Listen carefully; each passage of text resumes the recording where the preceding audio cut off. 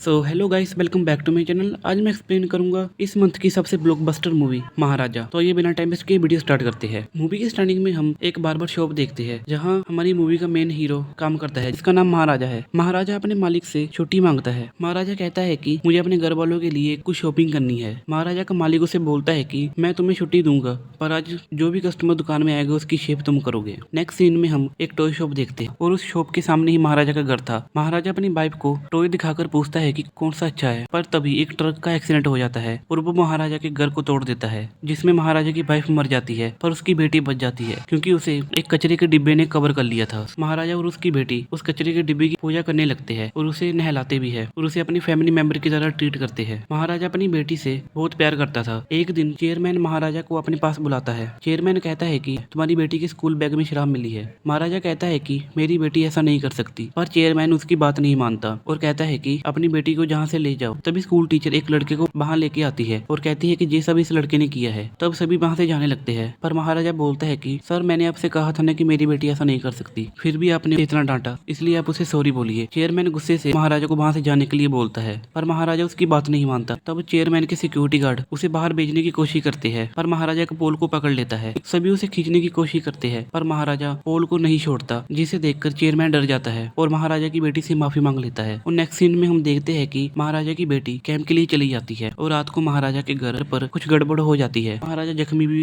हो जाता है, जो हमें आगे पता चलेगा। जहाँ हम देखते हैं कि एक आदमी गैरेज में आता है और वहाँ के वर्कर्स को मारने लगता है और उनसे पूछता है कि मेरा चश्मा किसने चोरी किया, और बोलता है कि कल तक मुझे मेरा चश्मा नहीं मिला तो मैं पूरा गैरेज जला दूंगा। वो अपने फ्रेंड के साथ बार में बैठा था और जिस वर्कर ने उसका चश्मा चुराया था वो वहाँ आता है और उसके सामने उसका चश्मा तोड़ देता है। अमीर आदमी गुस्से में उसे मारता है और वो वर्कर उसके सभी आदमी को मारने लगता है। और जहाँ महाराजा पुलिस स्टेशन में FIR लिखाने आता है, वो बोलता है कि कल रात उसके घर में चोर आए थे और उन्होंने उसे मारा भी और उसकी एक कीमती चीज चुरा कर ले गए। पुलिस वाले ने पूछा कि वो कीमती चीज क्या थी। महाराजा कहता है कि उसका नाम लक्ष्मी है और वो पुलिस को उनकी फोटो दिखाता है। पुलिस वाले उस पे गुस्सा करते हैं और कहते हैं कि तुम एक कचरे के डिब्बे की रिपोर्ट लिखाने आए हो। पुलिस वाले उसे वहाँ से जाने के लिए बोलते हैं, पर महाराजा एक पोल को पकड़ लेता है और उसे नहीं छोड़ता, जिससे ऊपर की छत टूट जाती है और सारा सामान नीचे गिर जाता है और वहाँ एक सांप भी निकलता है। सभी पुलिस वाले उसे देखकर डर जाते हैं और बाहर आ जाते हैं, पर महाराजा उस सांप को पकड़कर बाहर ले आता है और सभी उसे देखकर डर जाते हैं। और अब DSP आता है, जिसे महाराजा अपनी सारी बात बताता है, पर वो महाराजा को पुलिस स्टेशन से बाहर निकाल देता है। महाराजा फिर वापस आता है और कहता है कि सर, आप मेरी लक्ष्मी को ढूंढ दीजिए और मैं इसके बदले आपको 5 लाख रुपए दूंगा। DSP उसे थप्पड़ मारता है और बाहर उसे डील कर लेता है। पुलिस वाले महाराजा के घर में चेकिंग करने लगते हैं। DSP महाराजा का बैंक अकाउंट देखता है और कहता है कि हमें इसे और पैसे लेने चाहिए। और जहाँ हम एक गुंडे को देखते हैं जिसका नाम सेल्वियन था, जो एक घर में चोरी करता है और उसका साथी एक लड़की का रेप कर लेता है और फिर वो उन दोनों को मार देते हैं। अब पुलिस वाले महाराजा का फायदा उठाने लगते हैं और अलग अलग शॉप पर उसका कचरे का डिब्बा ढूंढने लगे हैं। अब एक आदमी पुलिस स्टेशन में अपने मिसिंग फ्रेंड की रिपोर्ट लिखाने आया था। ये वही आदमी था जिसने गुंडे का चश्मा तोड़ा था। जब ये आदमी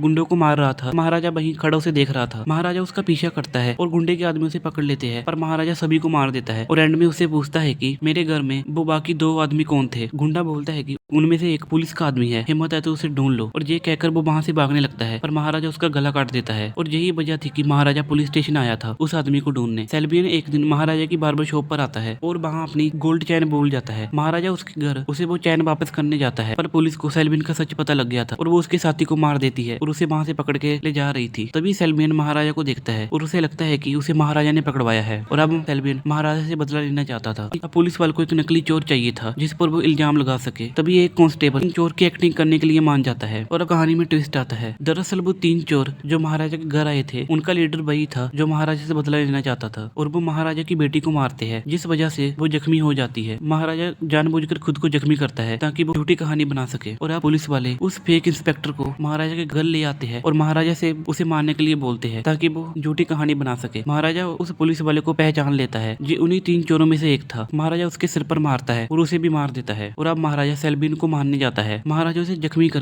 उसे अपनी बेटी से बात करवाता है। महाराजा की बेटी का लॉकेट वहीं गिर गया था। सेल्वियन उसे देखता है और पहचान लेता है। दरअसल वो लड़की महाराजा की नहीं बल्कि सेल्वियन की थी। जब वो जेल गया था तब महाराजा ने उसकी बेटी और उसकी वाइफ का ख्याल रखा था। और अब सेल्वियन महाराजा के पांव पड़ता है और उसे पूछता है कि क्या वो मेरी बेटी है। महाराजा उसे बोलता है कि वो तुम्हारी नहीं मेरी बेटी है। और अब सेल्वियन को बहुत बुरा लगता है क्योंकि उसने जाने जाने में अपनी ही बेटी को मारा था और उसे अपनी गलती पर बहुत पछतावा होता है और वो बिल्डिंग से नीचे गिर जाता है और उसकी मौत हो जाती है और ये मूवी यहीं एंड हो जाती है। आपको ये मूवी कैसी लगी कमेंट में जरूर बताना। एंड ऐसी मूवी एक्सप्लेनेशन वीडियो के लिए